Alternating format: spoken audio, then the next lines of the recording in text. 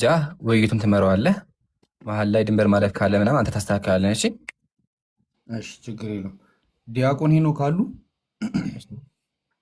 አለው። እሺ ክሊር ለማድረግ ውይይቱ እንዴት መሰሉትም እርሶ የራሱን ያስረዳሉ። 5 ደቂቃ እንሰጡታለን። ከዛ እሱም የራሱን ያስተምራል ወደ ሳይገባ ማለት ነው በ5 ደቂቃ ውስጥ።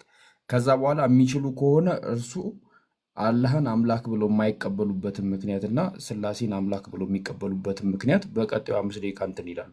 እንደዛ አይሻልም? አይ አይደለም፣ እንጃ ርዕሱ ስላሴ ብቻ ነው። እሳቸውም እኔ እስልምና ኦኬ ያልገባም ስላሉ ስላሴ ላይ ብቻ እሺ የሚወራው። በቃ እሺ፣ ስላሴ ላይ ከሆነ እሺ ላስቀምጠው። ከዛ በኋላ እርሶ ስላሴ አምላክ የሆነበትን ነገር ያስቀምጣሉ። እሱ ደግሞ ስላሴን አምላክ ብሎ የማይቀበልበትን ምክንያት ያስቀምጣል።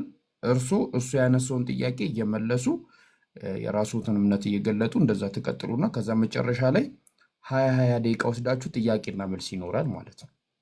ያስማማናል ዲያቆን? መልካም። እሺ ይኸው 5 ደቂቃ ጀምሬያለሁ። ልክ ሲጀምሩ አስጀምሩ። ኦኬ። ስለዚህ መጀመሪያ እኔ ነኝ የሚጀምረው ነው። 5 ደቂቃ አሉት። ደቂቃውን እያዩ ደቂቃዎትን በአግባቡ ተጠቀሙ። ማንም ጣልቃ አይገባቡትም። ከዛ ቀጣይ እሱ 5 ደቂቃ እና ያጀማ ታፕታፕ ኮፒ ሊንክ አድርጉ ሁላችሁ። መልካም። እንግዲህ ሀሳቡ ሲነሳ ስለ ሚስጥረ ስላሴ ነው። በቤተ ክርስቲያናችን ካሉት ዶግማዊ ስርዓቶች ተብለው ከሚጠቀሱት ውስጥ የመጀመሪያው 5ቱ አዕማደ ምስጢር ከሚባሉት ውስጥ አንዱ ሚስጥረ ስላሴ ነው። ሚስጥረ ስላሴ ምንድን ነው የሚለውን ነገር ያው እንግዲህ አስተምሮቱ ቤተክርስቲያናችን አስተምሮት የሚገልጠውን እኔ በተረዳሁት እኔ በተገለጠልኝ ልክ እንደሚከተለው በእግዚአብሔር ስም እገልጻለሁ። ሚስጥረ ስላሴ ከስያሜው ተነስቶ ምንድን ነው የሚለውን ነገር መጀመሪያ ለማንሳት እሞክራለሁ። ሚስጥር ሲባል እንግዲህ በተለምዶ የሚባለው ለሰዎች ሼር የማይደረግ ለቅርብ ወዳጅ ብቻ የሚነገር ሚስጥር ተብሎ ነው በተለምዶ የሚባለው።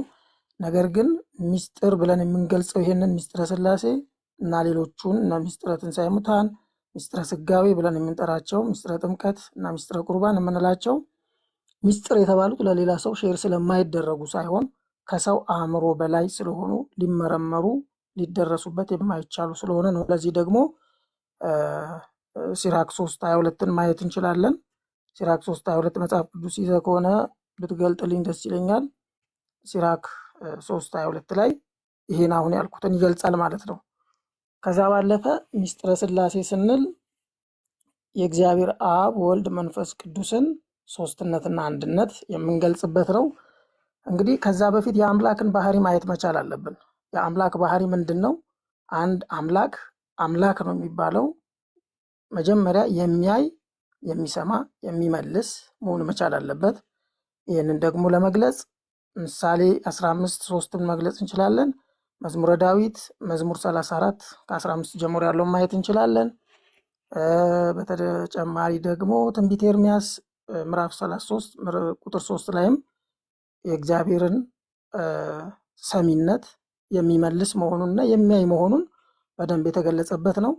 የማይለወጥ መሆን አለበት። ለዚህም ደግሞ ትንቢተ ሚልክያስን ምዕራፍ 3 ቁጥር 6ን ማየት እንችላለን። እዛ ላይም በግልጽ የተቀመጠ ስለሆነ ማለት ነው። በተጨማሪ ደግሞ መዝሙር 102 ከ25-27 ያለውንም ቃል መግለጽ እንችላለን። ሌላው ኤልሻዳይ መሆን አለበት። አምላክ የአምላክ ባህሪያት ማለት ነው። ኤልሻዳይ ማለት ሁሉን ቻይ መሆን መቻል አለበት ነው። ይህንንም ለመግለጽ የዮሐንስ ወንጌል ምዕራፍ 14 ከቁጥር 6 ላይ በግልጽ ተቀምጧል። የነበረ አልፋ አሁንም ያለ እንዲሁም ወደፊትም ዓለማቱን ሁሉ አሸንፎ የሚኖር ኦሜጋ መሆን መቻል አለበት። እነዚህ አሁን የጠቀስኳቸው የአምላክ ባህሪያት ናቸው። ስለዚህ አብ ወልድ መንፈስ ቅዱስ ብለን ሶስቱን በአካል ስንጠቅስ ነገር ግን ሶስት አምላክ ሳይሆን አንድ አምላክ ብለን የምንገልጽበት ነው። ይህም ደግሞ የማቴዎስ ወንጌል ምዕራፍ 3 ከቁጥር 12 ላይ የባህረ ጥምቀት ላይ የአብ የወልድ የመንፈስ ቅዱስ አንድነት በደንብ የተገለጠበት ነው። ከዛም ባለፈ ደግሞ የዮሐንስ ወንጌልን ምዕራፍ 1 ጀምሮ ማንበብ ይቻላል። የስላሴን ምስጢር ለማወቅ ስለዚህ እነዚህ ነገሮች በደንብ የተዘረዘሩበት ነው። ምናልባት መጽሐፍ ቅዱስ መግለጥ ቢቻል አሁን የጠቀስኳቸውን የመጽሐፍ ቅዱስ ክፍሎቹን በደንብ ቃሉን መግለጽ እና በደንብ ማስረዳት ይቻል ነበር። ደቂቃውም እየሄደ ነው። በአጠቃላይ አብ፣ ወልድ፣ መንፈስ ቅዱስ ስንል በአካል በስም ሶስት ናቸው። በመለኮት ይህችን ዓለም በመግዛት ግን አንድ ናቸው። ሶስት አምላክ የሚባል የለም። የኢትዮጵያ ኦርቶዶክስ ተዋሕዶ የምናመልከው አንድ አምላክ ብቻ መሆኑን ማሳወቅ እፈልጋለሁ። እውነታውም ይሄ ስለሆነ ማለት ነው። ስለዚህ ምስጢረ ሥላሴ በምሳሌ ሲገለጥ በንጽጽርም ሲገለጽ ወይም የተነጻጻሪ ዘይቤ አነጻጻሪ ዘይቤ ብለን የምንገልጻቸው ነገሮች አሉ። አሁን ሶስቱን አብ፣ ወልድ፣ መንፈስ ቅዱስ በስም በአካል ሶስት ናቸው ስል በመለኮት አንድ ናቸው የሚለውን ደግሞ በደንብ የሚገልጹልን በጣም ትምህርቱ ሰፊ ነው፣ በጣም ጥልቅ ነው። በዚህ በ5 ደቂቃ ውስጥ እንዲህ ነው ተብሎ የሚገለጽ አይደለም። እኔ መግቢያውን ነው እየተናገርኩ ያለሁትና ከምንም በላይ ደግሞ በጣም የተከፈተ አእምሮ ያስፈልጋል። ክፍት የሆነ አእምሮ ያስፈልጋል። ያ መሆን እውነታውን ይገልጥልናል። ያኔ ሁሉም ነገር ምስጢሩ ይገለጥልናል ማለት ነው። ምስጢረ ሥላሴን ገለጥኩ እያልኩ አይደለም በዚች ደቂቃ ውስጥ፣ ነገር ግን መግቢያውን ነው ራፍሊ የተናገርኩት።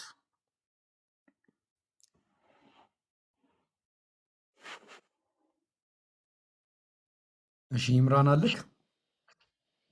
አለሁ። ቀጥል።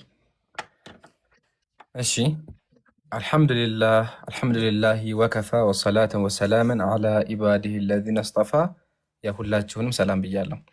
በመቀጠል ዲያቆን ሄኖክ ወገናችን ዲያቆን በአቆጣጠሩ መሰረት 6ኛ ዲያቆን ናቸው። ሥላሴን ሊያስረዱ የመጡ ማለት ነው። እስካሁን 5ቶቹ ሊመልሱ አልቻሉም። እስኪ ሄኖክ ደግሞ ይመልስ አይመልስ የሚሆን ነገር በሰፊው እናያለን ማለት ነው። ዲያቆን ሄኖክ ምን አደረጉ? ሥላሴ የሚሆን ለማስረዳት መጀመሪያ አምላክን ባህሪ ገለጹ። ግን ችግሩ ምንድነው? ሥላሴ የሚባለው ነገር መጽሐፍ ቅዱስ እንደሚያውቀው ነቢያት እንደሚያውቁት ምንም ማለት ማስረጃ ሊያቀርቡ አልቻሉም። ይሄ ደግሞ በጣም ያሳዝናል። ከአምላክ ጀመረ። አምላክ ቁርአን ላይ እንደዚህ ተመከቱ። አምላክም አለ አላህ እንደዚህ ይላል፣ አማልክት ሶስት ናቸው አትበሉ አለ። ለእናንተ ነው። አማልክት ሶስት ናቸው አትበሉ ተከልከሉ፣ ለእናንተ የተሻለ ይሆናልና። አላህ አንድ አምላክ ብቻ ነው አለ። አምላክ አንድ ነው። ወገኖቻችን ግን ምን አሉ? አምላክ አንድ አይደለም፣ በአካል ሶስት ነው። ሶስት አምላክ በአካል አለ አሉ። ሶስት አምላክ አለ አሉ። ወደ መጽሐፍ ቅዱስ ስንመጣ እግዚአብሔር ምን አለ? ተመልከቱ። እኔ እግዚአብሔር ነኝ፣ ከእኔ ሌላ ማንም የለም፣ ከእኔ በቀር አምላክ የለም አለ። እግዚአብሔር ከእኔ በቀር አምላክ የለም ይላል። ወገኖቻችን ከሱ በቀር ሌሎች አምላኮች አሉ ብለው ይናገራሉ። ዲያቆን ሄኖክን በመጀመሪያው ዝር ይሄን ነገር ሊያስረዳ አልቻለም። መጽሐፍ ቅዱስ ላይ የትኛውም ነቢይ አምላክ ሶስት አካል አለው፣ ሶስት አካል ያለው አምላክ ብሎ የሰበከ የትኛውም ነቢይ የለም። መጽሐፍ ቅዱስም አያውቀውም። ታዲያ ከየት ነው የመጣው ካልን ደግሞ አሳያቸው። ከየት ነው የመጣው ካልን ከህንዳውያንና ከጣዖት አምላኪያን ነው። ጣዖት አምላኪያን ከክርስቲያኖች በፊት በሥላሴ ያምኑ ነበረ። ተመልከቱ ምሳሌ። ይሄ የህንዶች ሥላሴ ነው። የህንዶች ሥላሴ ነው። አያችሁ አይደለ? ህንዶች ከክርስቲያኖች 1500 ዓመት በፊት በሥላሴ ያምኑ ነበረ። ወገኖቻችንም ክርስትናን ሲመሰርቱ ከኢየሱስ ሞት በኋላ በኒቅያ ጉባኤ ምን አጸደቁ? አምላክ ሶስት አካል ብለው የህንዳውያን አስተምሮ አመጡ። ግን መጽሐፍ ቅዱስ አያውቀውም፣ ነቢያትም አያውቁትም። ለዛ ነው የቤተ ክርስቲያን መጽሐፍ ራሱ ተመልከቱ። ምን የቤተ ክርስቲያን መጽሐፍ ይላል? ይሄ መጽሐፊው ሙስሊም በማስረጃ የሚያወራው ምን ይላል? የሥላሴ ሶስትነታቸው ሳይታወቅ በፊት ወልድ ሰው እስከሆነ ድረስ ሶስትነታቸው አይታወቅም ነበር አሉ። የትኛውም ነቢይ ሥላሴ ሶስት እንደሆነ ሶስት አምላክ እንዳለ አያውቅም። ከጊዜ በኋላ የመጣ አስተምሮ ነው። ታዲያ ሥላሴዎች እውነት አምላክ ናቸው እንዴ ካን አምላክ አይደሉም። ለምን? እግዚአብሔር አንድ ነው። ክርስቲያኖች ደግሞ ሶስት አምላክ እያመለኩ ነው ያሉት። ምሳሌ ልስጣቸው። ሶስት አምላክ እንግዲህ አንልም ቢሆን ነበር። ልስጣቸው ማስረጃ። ክርስቲያኖች ቃል በቃል ሶስት አምላክ ይላሉ። ምሳሌ መጽሐፈ ዜና ተመልከቱ። ምን ይላል? ሳራ ያለችው ተመልከቱ። ዛሬ ሶስቱ ጌቶች በድንኳን ውስጥ እንደተስተናገዱ። ምን? ሶስቱ ጌቶች። ስለዚህ በክርስትና ምን አለ? ሶስት ጌቶች አሉ። እነሱም ደግሞ እንደ አምላክ ይታያሉ። ግን ደግሞ መጽሐፋቸውን ከፍተን ስንመረምር እውነት አምላክ ናቸው እንዴት? አምላክ አይደሉም። ለምን ካለም አንደኛ ይታዘላሉ። ሽማግሌ ሆነው ሰው ያዝላቸዋል። ሰው የሚያዝለው አምላክ ደግሞ አምላክ ሊሆን አይችልም፣ አምላክም አይደለም። ታዲያ ቀጣይ ስላሴዎች ምን ያደርጋሉ? የአምላካቸው ባህሪ ምንድን ነው ስንል ጭራሽ ነው መጽሐፍ ቅዱስ ላይ ያለው አምላክ እንዲሁም ደግሞ ወገኖቻችን የሚያመልኩት አምላክ አይደለም። ለምን? መጀመሪያ ስንጀምር ራሱ የሚጸጸት አምላክ ነው። ዘፍጥረት ምዕራፍ 6 ተመልከቱ፣ እንደዚህ ይላል፣ እግዚአብሔር ሰውን በምድር ላይ በመፍጠሩ ተጸጸተ፣ በልቡም አዘነ። ጸጸት የሚጸጸት አምላክ፣ በልቡ የሚያዝን አምላክ ነው ዲያቆን ሄኖክ እያመለኩ ያሉት። አያችኋ? ስለዚህ ወገኖቻችን እያመለካችሁ ያላችሁ ሶስት አምላክ ነው። ቀጥሎም ደግሞ የአምላክነትን ባህሪ አያሟላም። ቅድም አንተ የአምላክ ባህሪ ብለህ አልፋና ኦሜጋ ብለሃል። ኢየሱስ አልፋና ኦሜጋ አይደለም። ኢየሱስ ከጊዜ በኋላ የሉቃስ ወንጌል ምዕራፍ 1 ቁጥር 35 ላይ የተወለደ ከጊዜ በኋላ የተገኘ ነው። ቀጥሎ የማይለዋወጥ ብለሃል። ግን በክርስትና አምላካችሁ ተለውጧል። ከነዚህ ከአምላኮች ሶስቱ አምላኮች መካከል አንደኛ ወልድ ምድር ላይ መጥቷል፣ ስጋ ለብሷል፣ ተለዋውጧል። አያችሁ አይደለም? ስለዚህ አንተ ባወጣው መስፈርት እንኳን ብንመጣ አምላክህ የአምላክነት መስፈርት አያሟላም። ለምን? ተለዋውጧል። ከአምላክነት ወደ ሰውነት መጥቷል። ትንቢተ ሆሴዕ እግዚአብሔር ምን አለ? እኔ አምላክ ነኝ እንጂ ሰው አይደለሁም አለ። አምላክ ነኝ እንጂ ሰው አይደለሁም። እናንተ ግን እግዚአብሔር ሰው ሆኖ ሰው ታመልካላችሁ። የሚገርመው ነገር ደግሞ ምንድን ነው? ወንድ ልጅ ነው። አያችኋ? ይሄ ነው አምላካችሁ። ቀጥሎ መጽሐፍ ቅዱስ ላይ እግዚአብሔር ምን ያደርጋል ስልን ተመልከቱ። የሚያደርገውን እንመልከት። ምሳሌ እንደዚህ ላይ መጽሐፍ ቅዱስ ላይ ትንቢተ ኢሳይያስ ምዕራፍ 42 ላይ ከድሮ ዘመን ጀምሮ ዝም ብያለሁ፣ ዝም ብዬ ታግሻለሁ፣ አሁን ምጥ እንደያዛት ሴት እጮሃለሁ አለ። ስለዚህ አምላካችሁ የሚጨነቅና የሚጮህ አምላክ፣ እንደ እርጉዝ ሴት ማለት ነው። ይሄ አምላክ ነው ወገኔ፣ ይሄ አምላክ ነው። ሲቀጥል የሚታዘል አምላክ ነው። ሶስት አምላክስ እንዴት ሊኖሩ ይችላል? ግን መጽሐፋችሁ ላይ ቃል በቃል ቅድም እንዳሳየሁት ሶስት አምላክ አለ ትላላችሁ። በቀጣይ ዙር ደግሞ ኢንሻአላህ አምላካቸው ሰይጣን እንደሚያዘው፣ አምላካቸው እንደሚበላ፣ አምላካቸው እንደተገደለ፣ አምላካቸው ደግሞ ስዕብና ትክክል እንዳልሆነ ኢቭን በመጽሐፍ ቅዱስ መሰረት ራሱ ተገቢ ነገሮችን ያልተገቢ ነገሮችን እንደሚያደርግ በማስረጃ እመጣበታለሁ። ዲያቆን ሄኖክ እባክህን እንደ ትንሽ ደፈር በልና ከሌሎቹ ዲያቆኖች ተሽለህ አምላኮችህን አስረዳ። የትኛው ነብይ ነው ስላሴን ያመለከው? ይህን ጥያቄ መልስልኝ። እሺ ዲያቆን 5 ደቂቃ አሉት፣ ቀጥሉ። ይህ የመጨረሻ 5 ደቂቃ ነው። ወደ ጥያቄና መልስ ነው የምትሄዱት። እሺ ከዚህ ቀጣይ እጃ አመሰግናለሁ። አንዴ አካሄድ ላስተካክልና እጃ 4 ደቂቃ አድርግልንና 2 ዙር አድርግልን በደንብ እንዲወራበት። እሺ በቃ እኮ 5 ደቂቃ ይሆናል። ታዲያ 5 ይረዝማል። 4 ይሁንና 2 ዙር ይሁን፣ እንዳይረዝምባቸውም ሰዎች እንዳይሰለችው 4 አድርግና 2 ዙር አድርግልን። እሺ ቀጥሉ ዲያቆን። መልካም። እሺ ኢምሩ እንትን የሚለውን እስቲ አሁን መጽሐፍ ቅዱስ ይዘሃል መቼም እየከፈትክ እየነበብክ ነውና 3 ደቂቃ ከሚለው ነው የጀመርክልኝ። ቶሎሳ ደቂቃው 4 ነው ያስክልን። እሺ መጽሐፈ ሲራክን ምዕራፍ 3 ላይ ሲግለጥልኝ። አሁን ቪዲዮ ለመክፈት ስለማይመቸኝ ነው። ኢምሩ እየሰማኝ ነው? እከፍትልሃለሁ ግን ሰዓት ይሄድብሃል። በአንተ ኃላፊነት ነው። እሺ እኮ አድርገው ክፈትልኝ። አሁን መጽሐፈ ሲራክ ምዕራፍ 3 ከቁጥር 22 ላይ ያለውን ግለጥና አንብብልኝ። እሺ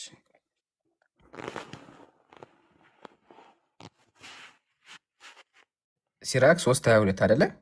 ያው አግዤሃለሁ፣ አውጥቼዋለሁ።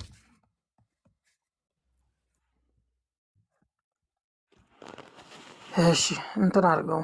ስላሴ ምን ይላል እዚህ ላይ? ስላሴ ከሰው ይልቅ የገለጡ ምስጢር የለምና ከግብር ገብተ ባህር የስላሴን አትመርምር ይላል። 4 ነጥብ። ይሄ ነው ቅድም ያልኩ ምስጢር ነው የሚለው ነገር በደንብ የተገለጠው። እኔ የምናገረው እኔ የሚገለጥልኝና የምረዳው በኦርቶዶክሳዊ ተዋህዶ ስነ ልቦና ነው። እውነታው ይሄ ነው። ስለዚህ ስላሴ አሁን ቅድም አልክ ስላሴ የሚሸከሙ የሚታዘሉ ናቸው የሚል ነገር አነሳህና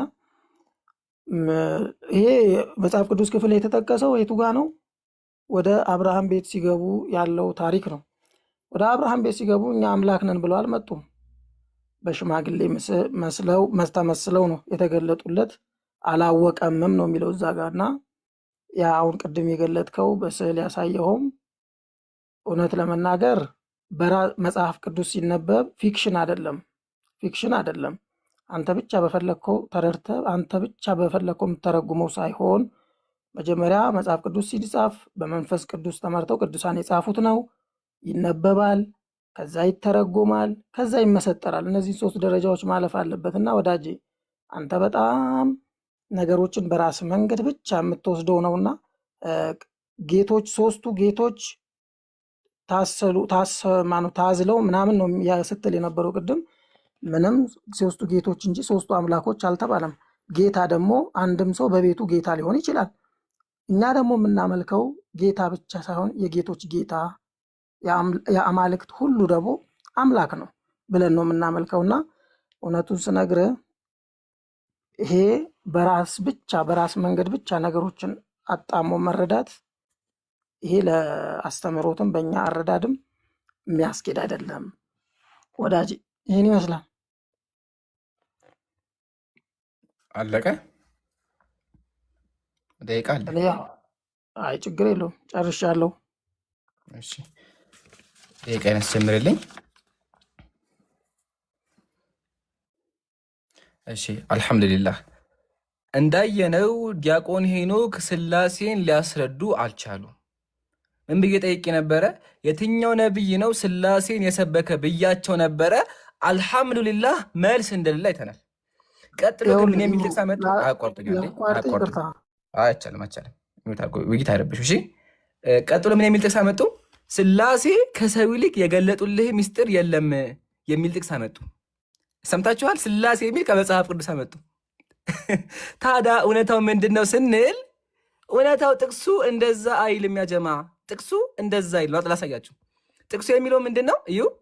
ከአስፈላጊ ስራዎችን አትመርምር ነው የሚለው። አላስፈላጊ ስራዎችን አትመርምር፣ ከሰዎች ይልቅ ለአንተ እጅግ ተገልጦልሃል ነው የሚለው። ቄሶቹ ግን ቀይሮ ምን አደረጉት? ስላሴን አትመርምር ብለው መጽሐፍ ቅዱስ ላይ ጨመሩበት። እዚህኛው መጽሐፍ ቅዱስ ሰማያዊ መጽሐፍ ቅዱስ ላይ ማለት ነው። ጥቅሱ ምንድን ነው የሚለው? አስፈላጊ ነገሮችን አትመራመር ነው የሚለው። አያችኋ? ስለዚህ ቄሶቹ ራሱ ዲያቆን ሄኖክም ከብዷቸው መጽሐፍ ቅዱስ ላይ የሌለውን ስላሴ የሚል ቃል ጨምረው ሲያስተምሩ አይተናል። ይሄ ደግሞ ለቤተ ክርስቲያኒቱ ውርደት ነው። ለምን ስላሴ የሚል ቃል የለም፣ ግን ቤተ ክርስቲያኒቱ መጽሐፍ ቅዱስ ላይ ጨምራለች። ደስ የሚሆን ነገር ግን እኛ በሰራ ነው ስራ በሚዲያ በሁሉም ነገር አልሐምዱሊላህ እዚህኛው እትም ጋር ስላሴ እንደማይል አምናለች። ቀጥሎ ምን አለ? አምላክ ታዝሏል እኮ ችግር የለውም የሚል ነገር አነሳ። ብራዘር የሚታዘል አምላክ አንተ አምልከው፣ እኛ እናመልከውም። ሽማግሌ ሆኖ የሚታዘል አምላክ አምላክ አይደለም። ደግሜ እናገራለሁ። ግን አንተ እያመለከው ያለው ታዝሏል። ቀጥሎ ሶስት ጌቶች ያለው እኮ አብርሃም ቤት ሲጋለጥ አልታወቀም ነበረ። ችግር የለውም ልቀበል፣ በአንተ ሀሳብ ሄድ። እሺ ሳራ ሶስት ጌታ ካለችው እንስማማ። ቀጥሎ ግን ሰይፈ ስላሴ ለምን የሚል ነገር አለ? የትእዛዛቸው ባህሪ አንድ የሆነ ሶስት ጌቶች ናቸው። ሶስት ጌቶች ናቸው። እያመለካችሁ ያላችሁት ሶስት ጌታ ነው። ይሄ ደግሞ መጽሐፍ ቅዱስ ላይ የለም፣ ከጣዖት አምላኪያን የመጣ ነው። ይሄን ነገር ዲያቆን እንዶ ፕሊስ ውይይት ገብተሃል አይደለ? የትኛው ነብይ ነው ስላሴን የሰበከው? ከመጽሐፍ ቅዱስ ገብተህ አሳይ። 4 ደቂቃ ወሰደ። ገና 2 ደቂቃ ላይ ቆመ። በቃ መልስ የለውም። ቆመ خلاص ضيع حظه። በቃ ድሩን አሳለፈ። 2 ደቂቃ ብቻ አውርቶ ሚውት አደረገ። ይሄን ያልኳችሁ ስላሴ ሰው ፊት ቁማችሁ ልታስረዱት አትችሉም። ኢቭን እኛ ብቻ አይደለም ያጀማ፣ የስላሴ ሚስጥር እኛ ብቻ አይደለም መላእኮችም አይገባቸውም። ተመልከቱ ምሳሌ፣ ይሄ ሰይፈ ስላሴ ምንድን ነው የሚለው? የስላሴ ሚስጥር ያው ከሰውና ከመላእክት ከማንኛውም ፍጥረት የተሰወረ ነው።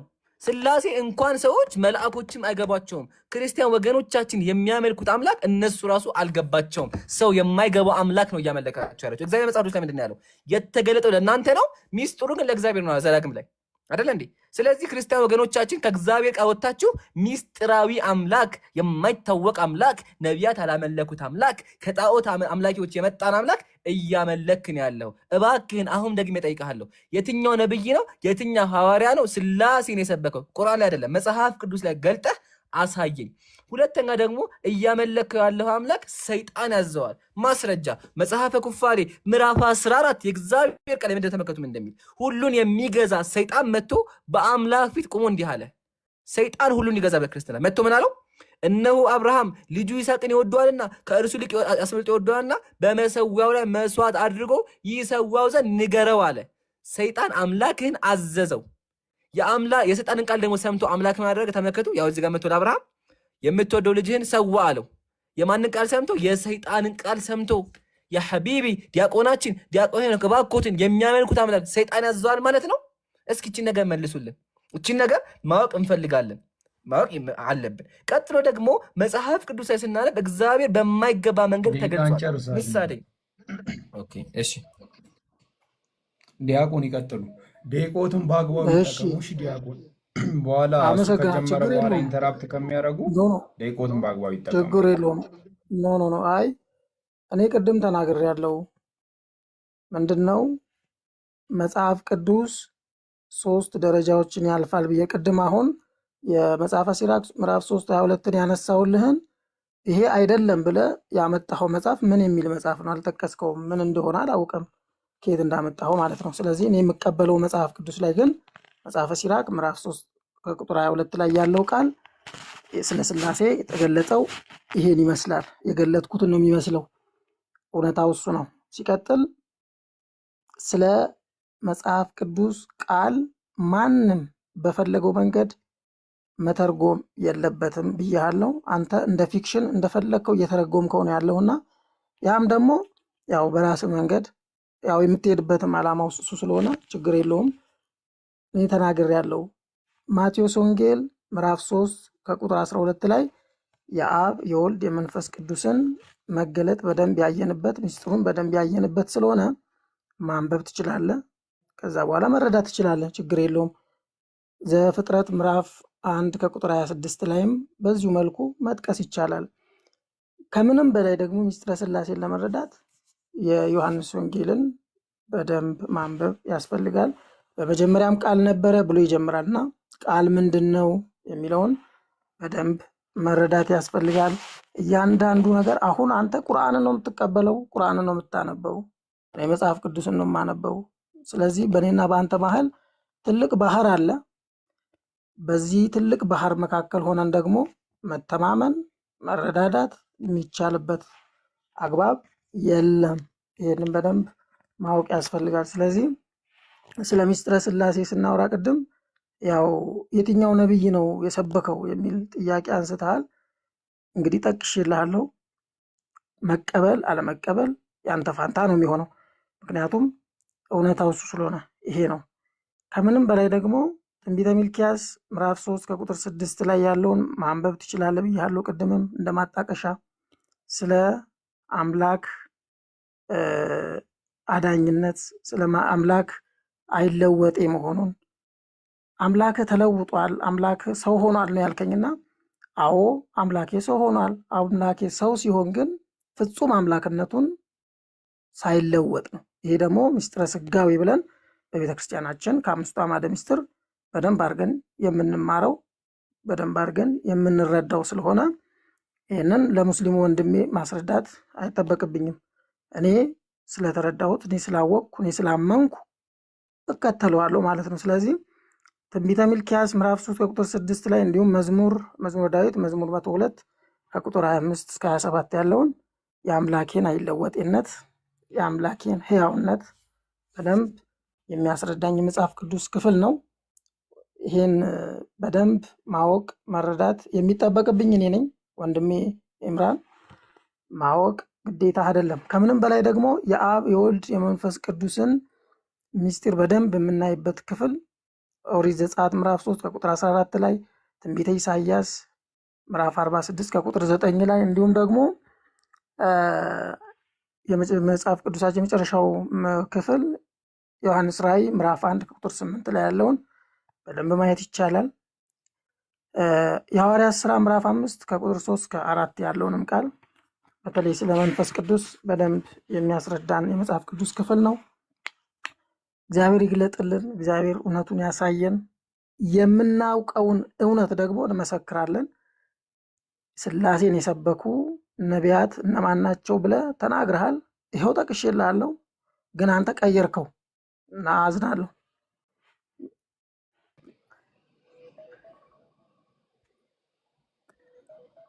አስጀምርልኝ።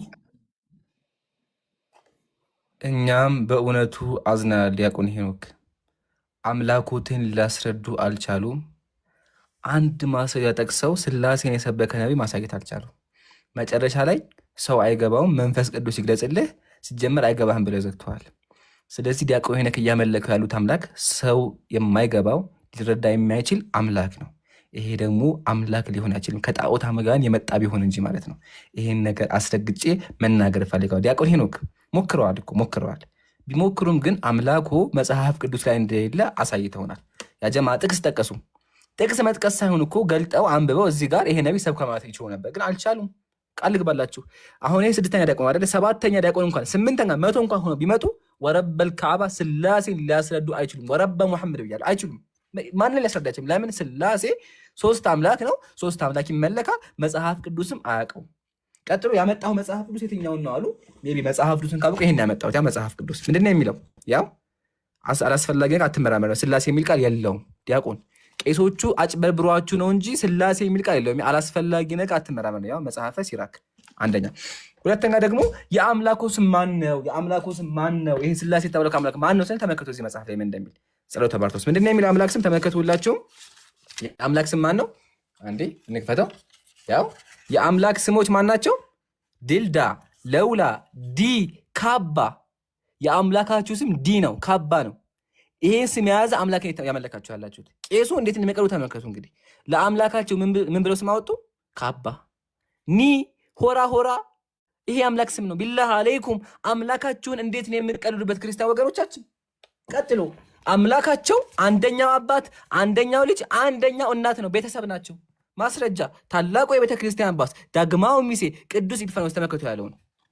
አዳም ማለት ከህያው እግዚአብሔር አባት ከህያው መንፈስ ቅዱስ እናት መንፈስ ቅዱስ ይሄኛው አምላክ እናት ነው። እናት የሆነ አባት የሆነ ልጅ የሆነ አምላክ ነው እያመለካችሁ ያላችሁት።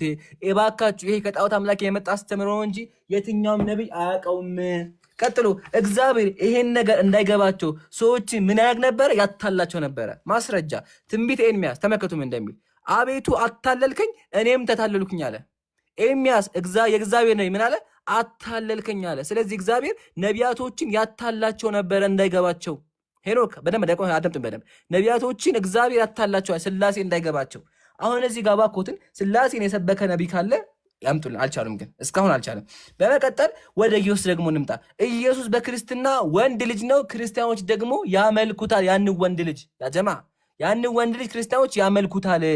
ግን የሚያዛዘው ነገር ምንድን? ያ ወንድ ልጅ ሰይጣንን እንኳን ማሸነፍ የማይችል አካል ነበረ። ማስረጃ የማቴዎስ ወንጌል ምዕራፍ 4 ተመልከቱ። የእግዚአብሔር ቃል እንደሚል አያችሁ። ዲያቆን ማስረጃ ሲሰጥ እንደዚህ የሚገለጠው እየገለጣቸው አውሩ እንጂ ጥቅስ መጥቀስ አይደለም። አምላክ ወደን ሲያስረዱ ዝም ብሎ አይ አልተገለጠም እኮ ማስረዳት አልችልም ሳይሆን ማስረጃ ጠቅሶ ይጥቀሱ። አሁን ዲያቆን ምንድን ነው ያሉት? ቅድም ሰምታችሁ ከሆነ ማስረዳት አይጠበቅብኝም አሉ። ዲያቆን የማያስረዱ ከሆነ እዚህ ምን ሊያደርጉ መጡ? ጉድ እኮ ነው። ተመልከቱ ምን እንደሚል። ከዚህም በኋላ ዲያብሎስ ወደ ቅድስት ከተማ ወሰደው። ሰይጣን የሚያዘው አምላክ ሰይጣን የሚወስደው አምላክ ነው እያመለካችሁ ያላችሁት። ተመልከቱ ምን እንደሚል እዚህ ጋር ቀንዶቹ 7 አይኖቹ 7 ራሶቹ 10 የሆነ ለመስዋዕት የቀረበ የተዘጋጀ እርሱ ኢየሱስ ነው አለ። ኢየሱስ በክርስትና ምን አለው? ቀንዶቹ 7 የተባለ አካል ነው። እንዴት እንደሚቀዱ አምላክ ተመልከቱ። እንግዲህ ይሄ ነው አምላክ ብለው እያመለኩ ያሉት። በጣም ብዙ ጉዶች ነበሩ አጀማ፣ ግን ሰዓት ስላጠረ ማሳየት አልችልም። እንደሰማችሁት ከሆነ ግን ዲያቆን ሄኖክ አምላካቸውን ሊያስረዱ አልቻሉም። ይህን ያየሁት አንድ ርዕስ እንኳን መጥቀስ አልቻሉም። ጨርሰናል። ለዓለማቱ ጌታ ምስጋና ይገባው። ጥያቄና መልስ 20 ደቂቃ ላድርግላችሁ። 15 አድርገው። እሺ እንትን በል ኢምራን አንተ ጀምርና ከዛ እሳቸው መጨረሻ ላይ ይቀጥላሉ። አይሻልም? እሺ ዲያቆን ሄኖክ ዲያቆን አሁን ኢምራን ጠያቂ ነው፣ እርሶ መላሽ ኖት። ከዛ የሚቀጥሉ 15 ደቂቃ ደግሞ እርሶ ይጠይቃሉ፣ ኢምራን ይመልሳል። እሺ ዲያቆን አሉ አለው። እየሰማው ነው። ተስማማል? ይጠይቅ፣ ችግር የለው። እሺ ዲያቆን ሄኖክ አሉ? ይታንሱ።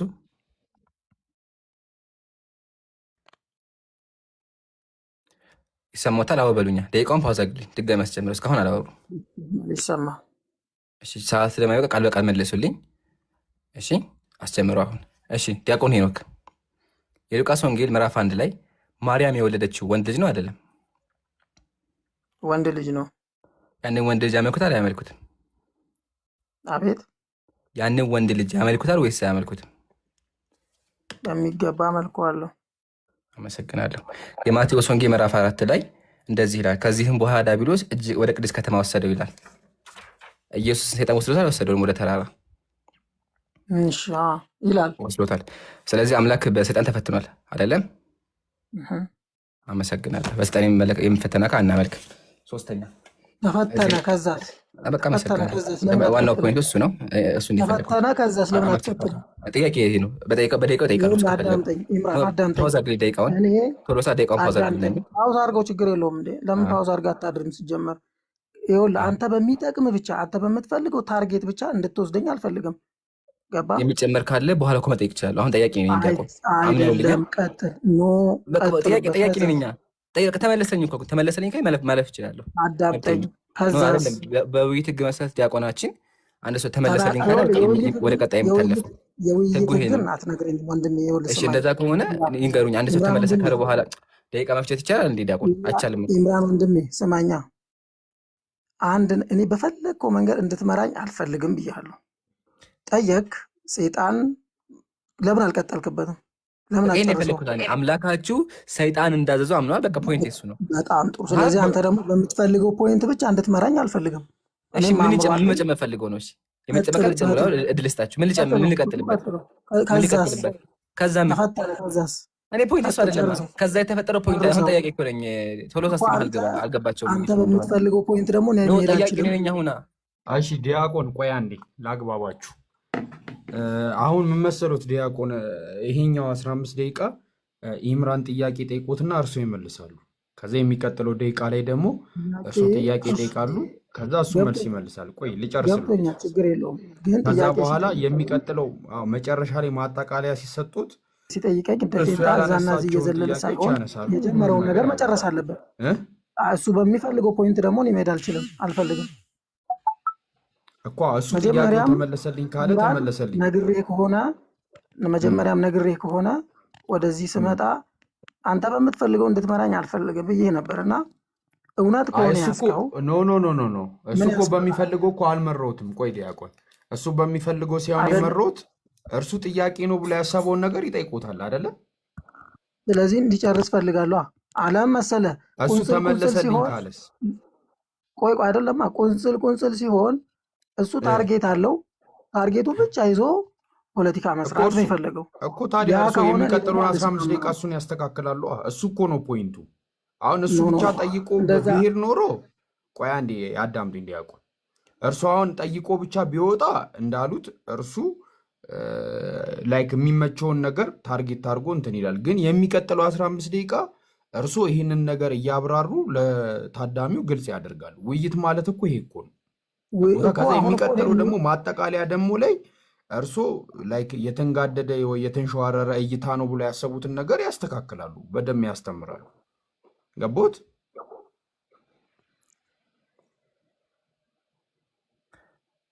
ትቀጥል ይሰማል ዲያቆን? ስለዚህ እንደዛ ነው። እሺ ዲያቆን፣ ቅር ቢሎትም አካሄዱ ደስ ባይሎትም እንትን አይልም። በሚቀጥለው 15 ደቂቃ እሱን ክሊር ያደርጋሉ። እሺ እኮ ገባኝ። መጀመሪያም አልገባም ያልኩበት ምክንያት ምንድን ነው? በቃ የሆነ ታርጌት ይዞ ይመጣል። እያየሁ የነበረው ሁኔታ የታዘብኩት ማለት ነው። እሱን ታርጌት ያፍርሷ ዲያቆን። እሱን ታርጌት የሚቀጥለው 15 እሱን ታርጌት ደግሞ የምናፈርሰው አሁን ሚውት እሱም አንስቷል፣ እኔም አንስቻለሁ። እንደዚሁ አሁን ፊት ለፊት የእርሶ ደቂቃ ላይ ያፈርሳሉ። እርሶ እኮ 15 ደቂቃ የሚሰጡት ለዛ እኮ ነው። ገቦታ አይደለ? የእርሶ 15 ደቂቃ ላይ እሱ ታርጌት አድርጓል ብሎ ያሰቡትን ነገር እየጠየቁ እያፋጠጡ እንትን ይሉታል። ገቦታ ይቀጥላል። ቀጥል ግድ የለም። እሺ እዚህ ጋር እንደዚህ የሚል ነገር አለ። አብ ወልድ መንፈስ ቅዱስ ሆይ የፍጥረውን ሁሉ ከርስ ለፈጠረ ለማይመረመር ከርሳችሁ ይላል። አብ ወልድ መንፈስ ቅዱስ ከርስ አላቸው? ምን ማለት ነው? ጥያቄ ከርስ አላቸው? ምን ለኔ ጋር ሰይፈ ስላሴ ምንድን ነው የሚለው? መልካ ስላሴ፣ ሰይፈ ስላሴና ሰይፈ መለኮት። ስለዚህ ምስጢረ ስላሴን ደግሞ በደንብ በጥልቀት ስትረዳ አብ የራሱ መልክ አለው፣ የራሱ ገጽ አለው። ወልድ የራሱ መልክ አለው፣ የራሱ ገጽ አለው። መንፈስ ቅዱስ የራሱ አካል አለው፣ የራሱ መልክ አለው። ጥያቄ ከርስ አላቸው? ዝርዝር አድርጌ ነገርኩ። እንግዲህ ከርስ አላቸው? አብ የራሱ መልክ አለው፣ የራሱ ገጽ አለው። ወልድ የራሱ መልክ አለው፣ የራሱ ገጽ አለው። ከራሳቸው ገጽ መካከል ከርሱ አንዱ ነው። ከርስ አላቸው? አንተ ምን እንትን ባዮሎጂ ነው እንደማስተምር እየነገርኩ እኮ ነው። አሰማኝ። በቃ ተውት፣ እሺ፣ አትቆጣ፣ በቃ ችግር የለም። ዋናው ከእርሱ የሚለው አይተናል። አይ ቀጣይ ጥያቄ። አትቆጣ ሳይሆን እኔ አልተቆጣሁም፣ እሺ፣ እየነገርኩህ ካልተቆጣ ነው። መልስ። መጽሐፉ ከርስ አላቸው። አብ የራሱ አካል አለው፣ እሺ፣ ወልድም ከአካል ውስጥ የራሱ አካል ቃል አለው። በቃል አንድ እሱ ያጉታል መሰል ዲያቆን። እኔ ያልጠየቁት እየመለሱ በቃ በኩል አዳምጠኛ። ጥያቄ ነው የመለሱ። ጥያቄ ስለ አካል ሳይሆን ከርስ፣ አሁን ስፔሲፊክ ስለ አንተ ከርስ ነው የማወራው። ከርስ እኔ አላቸው። ደግሞ ስፔሲፊካሊ አይደለም እየነገርኩህ፣ ሙሉ በሙሉ እኔ እየነገርኩህ ስፔሲፊክ ዋናውን እንድነው እየነገርኩህ የፈለግኩት። ነው። እኔ ጥያቄ ዋናውን ስፔሲፊካሊ እየነገርኩህ ስለ ከርስ ነው የጠየኩት። ከርስ አላቸው። ይኸውልህ፣ አንደናቆራ ወንድሜ፣ በቃ ነገርኩህ ትቼዋለሁ። እኮ እሺ፣ አብ የራሱ አካል አለው፣ የራሱ ገጽ እሺ፣ አለው አካል አልኩህ። ሲባል ከምን ወልድም ጀምሮ ነው? መንፈስ ቅዱስም በዛው ልክ። እሺ፣ አካል ስለዚህ እንደ ሲባል ከምን ጻድቅ ጀምሮ ነው? ዝርዝር ነገር አትፈልግ። እሺ፣ አካል ሲባል የሚረዳ አእምሮ ካለ እሺ፣ አካል ሲባል ምን ነው? የሚረዳ አእምሮ ካለ አሁን እሺ፣ አካል የነገርኩህ በቂ የተባለውን ነው። አስረዱኛ። አካል ምን ነው? የሚረዳ እሺ፣ የሚገነዘብ አካል አእምሮ የሚለው ካለ አስረዱኛ። ለምን ከበቂ ያስረዱኝ? በላይ ዲያቆን ሄኖክ፣ ግንዛቤ ሰጥቻለሁ አካል የተባለው ምን ነው ይንገሩኝ። ወዳጄ። አካል የተባለው መናገር አልፈለጉም የሚረዳ አእምሮ አታዳምጥም? ነው ማዳመጥ ጥያቄ። አችልም? እሱማ ሰማሁኝ እኮ አካል አላቸው፣ ተቀብያለሁ። አካል አላቸው፣ ስለዚህ ተስማማ። ከሰማ ግን ጥያቄ አካል የተባለው አናላይዝ ምን ነው? የሚያደርግ አእምሮ ካለ አካል ምን አሁን ምን እየነገርኩህ ነካችሁ? ያለሁት ዲያቆን ለምን አይመለሱልኝ? አካል የተባለው ከበቂ ምን በላይ ነው? የሆኑ ኢምራን ሱብሃንአላህ። ወዳጄ፣ ቆይ ጥያቄ ለምን አይመለሱልኝ ዲያቆን?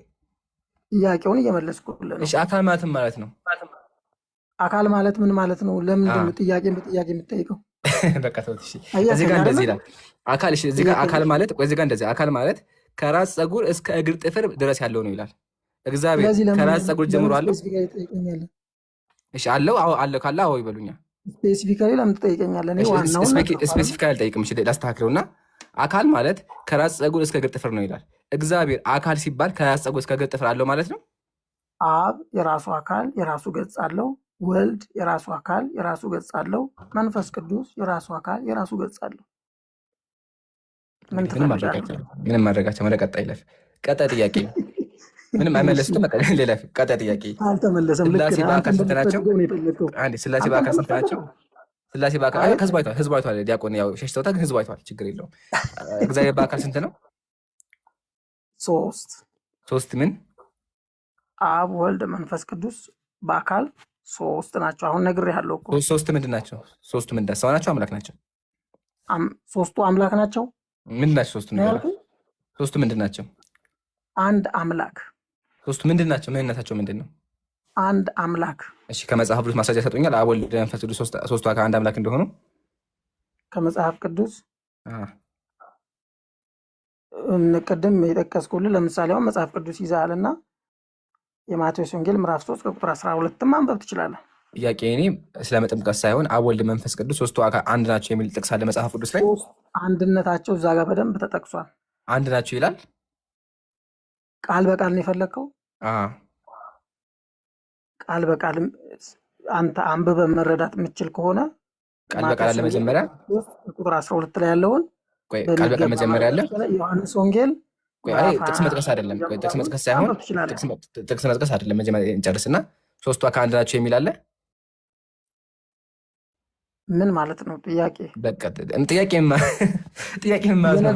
የነገርኩህ ለምን በቃል አለ። ቃል በቃል ካለ አለ ይበኝ፣ ከሌለ ደግሞ የለም በሉኛ። አለ ቃል በቃል የለም የሚል አይደሉም የሚል ቃል በቃል አለ። አሁን ጥያቄ እኮ የሚነካውት ጠያቂ እኮ ነው። መልሱልኛል። የሉም የሚል ቃል በቃል አለ። እሱም በደቂቃው ጠይቀው። አሁን ጥያቄ መልሱልኝ። ሶስቱ አካል አንድ ናቸው የሚል መጽሐፍ ቅዱስ ላይ አለ? የሉም የሚል አለ? ታዘቡ፣ ያጀማ ታዘቡ። ሊመልሱት አልቻሉም። ችግር የለም። ቀጣይ ሶስተኛ ጥያቄ የማቴዎስ ወንጌል ላይ አንብብ አልኩ። አልቻሉም። አሁን ለመጨረሻ ጊዜ ጠይቁትና ተውት፣ ወይ አልጠይቁትም፣ ትቼዋለሁ። ሶስተኛ ጥያቄ ሶስቱ አካል ወደ አብርሃም ቤት መጥተው አልመጡም? ምክንያቱም እኔ ህዝቡ አይቷል። በቃ የለም ማለት ነው። ጀማ መልስ መመለስ ካልቻሉ ወይም ደግሞ ወሬ ካስረዘሙ መልስ የላቸውም። ክርስትና ሶስት አምላክ አለ ማለት ነው። እናመሰግናለን። ሶስተኛ ጥያቄ የማቴዎስ ሰማንሽ ማስረጃ ግን አላቀረቡም። ወሬ ብቻ ሆነ። አቀረብኩልህ። አላቀረቡም። አንድ አምላካችን ደግሜ ጠይቁትና ደግሜ ጠይቁ። ጥያቄን አዳምጡ።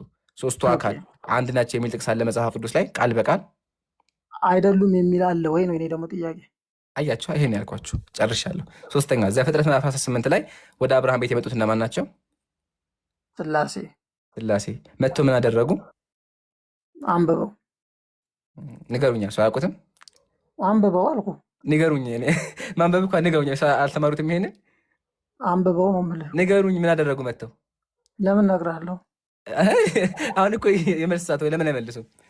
እኮ አንብበው። ሊያደርጉ የገቡት ረሱት እንደ ዲያቆን አይነት የገቡት እኮ ጥያቄ ሊመልሱ ነው። ረስተው እኮ ላስታውሳቸው የገቡት እዚህ ጋር መልስ ሊመልሱ ነው።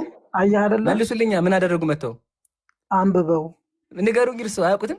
አልነግርህም። አነግሩኝም። ለምን?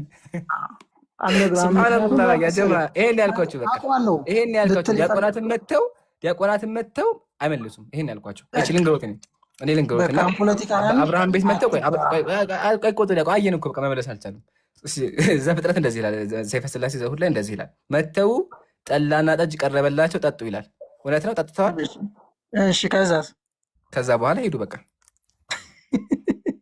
መልሱ። ጠጥተዋል መጀመሪያ በእኔና በአንተ መካከል መልሱልኝ። ጠጥተዋል ጠጅ አዳምጠኝ። ትልቅ ባህር አለ። እሱ በደቂቃው ያወራል።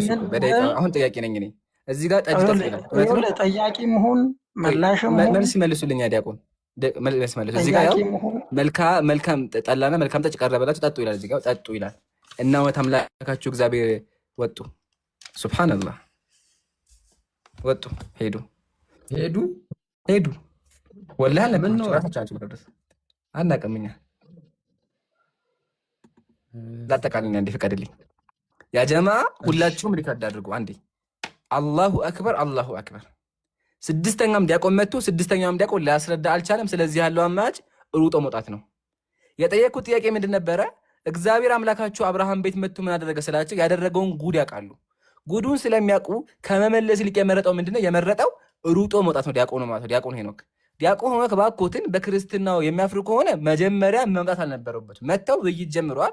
ስለዚህ ተመልሰው ይጨርሱ። እስካሁን 6 መጣ። 6ቱም ውይይት አቋርጠው ወጡ። 6ቱም ዲያቆን 6ቱም። አላሁ አክበር። ይሄ ለኛ በቂ ነው። በዚህም ተገነዘባቸው ወገኖቻችን፣ ክርስቲያን ወገኖቻችን ዲያቆናቶቹ መልስ የላቸውም። በተዘዋዋሪ ክርስትና መልስ የለውም። خلاص 4 ነጥብ። ቄስ መጣ አልቻለም፣ ዲያቆን መጣ አልቻለም፣ ቀሲስ መጣ አልቻለም። ከዚህ በላይ እንፈልጋለን። ግን አይታችሁ ከሆነ ያደረጉት ምንድነው? አምላካቸው መጥተው አብርሃም ቤት ጠላ ያጀማ ጠላ ነው የጠጡት። ቃል በቃል ቅድም አሳይቻለሁ። ጠላ አምላክ አብርሃም ቤት መጥተው ጠላ ጠጣ። እስካሁን እንዳየነው ግን ይሄን 3 አካል ሊያስረዳ የቻለ የለም። ክርስቲያን ወገኖቻችን 3 አምላክ ያመልካሉ። ይሄ ነገር ውሸት ነው የሚል 7ኛ ዲያቆን ካለ ይምጣ። ሂድበት።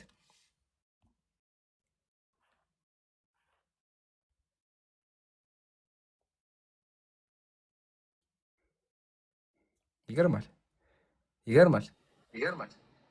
ሂድበት። አዎ ማለት እንዴት ነው ዲያቆን የወጡበትን ነገር ሳየው ላይክ መጽሐፎቹ ለምን ተከፈቱ ነው ማለት ነው። አይ ቲንክ ከአቅማቸው በላይ ሆኖ ነው የወጣው። የተከፈተው እየተነበበ ያለው ነገር ከአቅማቸው በላይ ሆነ ወይ ደግሞ አይዱ ነው ለማስረዳት ከብዷቸው እንዴት እንደሆነ አላውቅም። ግን ክሊርሊ ያየነው ነገር ምንድን ነው? መጽሐፍ ላይ ተከፍቶ እያየናቸው የነበሩ ነገሮች ትንሽ አስደንጋጮች ናቸው። የምር እንኳን ለአምላክ ይቅርና ለሰው ራሱ እንደዚህ የሚል ትንሽ አስቸጋሪ ነው እና ከባድ ነው በጣም። እንግዲህ ያው ከአቅማቸው በላይ ስለሆነ አይ ቲንክ ለመስማት ሊሆን ይችላል፣ ለማየት ሊሆን ይችላል፣ ወይ ደግሞ ያለውን ነገር ለማብራራት ከአቅማቸው በላይ ስለሆነ እንግዲህ መምህር የሚሻለውን መርጠዋል፣ ወደሚሻለው ሄደዋል እና ይመቹት። ምን አልከኝ? ንግግሩን አስተካክሎ ክብር ባለ ወደሚሻለው ሄደዋል አልኩኝ እኮ። አንድ ነገር ላሳያችሁ ጀማ። ትንቢት ተፈጸመ ላሳያችሁ። ውይይት ከቀጠሩን በኋላ ያለውን ተመከደ። ዲያቆን ሄኖክ ምን አለ? የተጨማለቀ አጋንንታዊ ሃይማኖት ይዘህ ከኔ ጋር የማማት ጥቅም አልታየኝም። ዓላማ ፖለቲካ መስራት መሆኑን ቆይቶን ቢገባኝም ይግለጽልህ ብሎ ቀረ።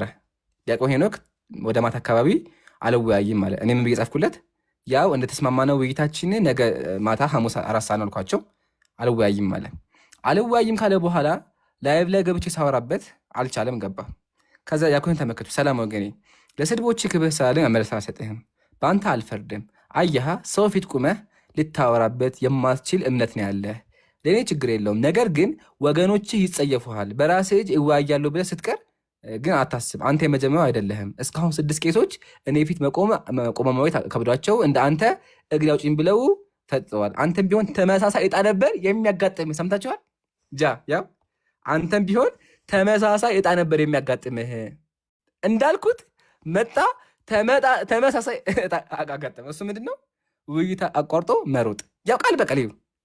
አንተም ቢሆን ተመሳሳይ ዕጣ ነበር የሚያጋጥምህ። ውይይቱ ሳይጀመር ማምለጥህ ጥሩ ውሳኔ ነው።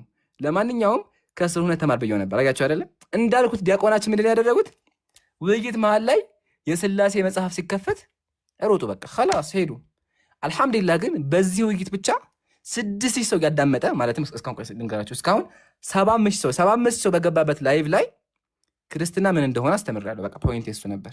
ህዝቡ ክርስትና ምን እንደሆነ እንዲያውቅ፣ ዲያቆኖቹ መልስ እንደሌላቸው፣ መጽሐፍ ቅዱስ እንዴት እንደሚያጭበረብሩ አሳይቻለሁ። እሳቸው ቢሮጡም እንኳን ብዙ ነገር ተምራችኋል አይደለ? ይሄ ነው። ለማንኛውም አልሐምዱሊላህ በዛሬ ውይይት እንኳን ብቻ ያው የሥላሴን ጉድ አይተናል። አሁንም ደግመዋለሁኝ 7ኛ ዲያቆን ካለ 7ኛ ቄስ ወይም ዲያቆናት ካላችሁ አምላካችሁን ልታስረዱ የምችሉ ባካችሁን ይምጡና አምላካችሁን አስረዱ። እስካሁን ግን የቻለ የለም። ለምን? በክርስትና 3 አምላክ ይመለካል። አምላኮች ደግሞ ትክክለኛ አምላክ አይደሉም። ሰዎችን የሚያታሉ ናቸው። ሰዎችን የሚያታሉ አምላክ ናቸው። ለሱም ማስረዳቅ በተመለከቱ ደግሜ ላሳያችሁ። ያው አቤቱ አታለልከኝ እኔም ተታለልኩ መጽሐፍ ቅዱስ ላይ እግዚአብሔር ሰዎችን ያታለ። ተመልከቱ፣ አቤቱ አታለልከኝ። ስለዚህ እግዚአብሔር እያታለላቸው እንደሆነ ተገንዘቡ ለማለት ፈልጋለሁ። ብዙ ነገሮች ተምራችኋል። ወደ ቀጣይ እንለፍ። እሙራያ ሰላም ብያለሁ።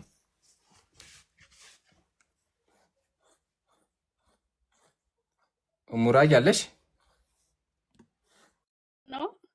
አለ አለ። እንዴት ነሽ ወገናችን? ደህና ነኝ፣ ፈጣሪ ይመስገን።